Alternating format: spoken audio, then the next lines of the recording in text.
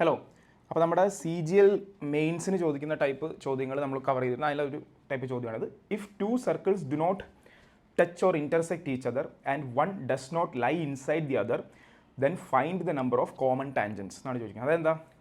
രണ്ട് circle touch ചെയ്യുന്നില്ല എന്ന് പറയുന്നത് ഇങ്ങനെ ടച്ച് ചെയ്യുന്നില്ല, ഇങ്ങനെ ഇൻ്റർസെക്റ്റും ചെയ്യുന്നില്ല, പിന്നെന്താ പറഞ്ഞിരിക്കുന്നത്? Do not lie inside each other, അതായത് ഇങ്ങനെ അകത്തോ അല്ലെങ്കിൽ അതെ ഇങ്ങനെ അകത്തോ ഇല്ല.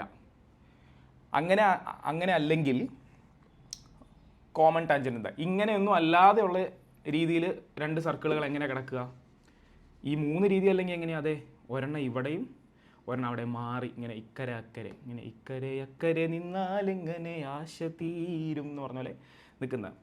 അപ്പോൾ ആശ തീർക്കാനായിട്ട് എത്ര ടാൻജൻറ്റ് വേണമെന്നാണ് ചോദിക്കുന്നത്. ആശ തീർക്കാനായിട്ട് ഇത് 1 2 ഡയറക്റ്റ് ടാൻജൻറ്റും 2 ഇൻവേഴ്സ് ടാൻജൻറ്റും. അപ്പോൾ എത്ര? 1 2 3 4 കോമൺ ടാൻജൻ്റാണ് ഉള്ളത്. ഏതാ ഉത്തരം? Option B. ഓക്കെ, സിമ്പിളായിട്ടുള്ള കാര്യമാണ്, നിങ്ങൾ മനസ്സിലാക്കി വെച്ചാൽ മതി.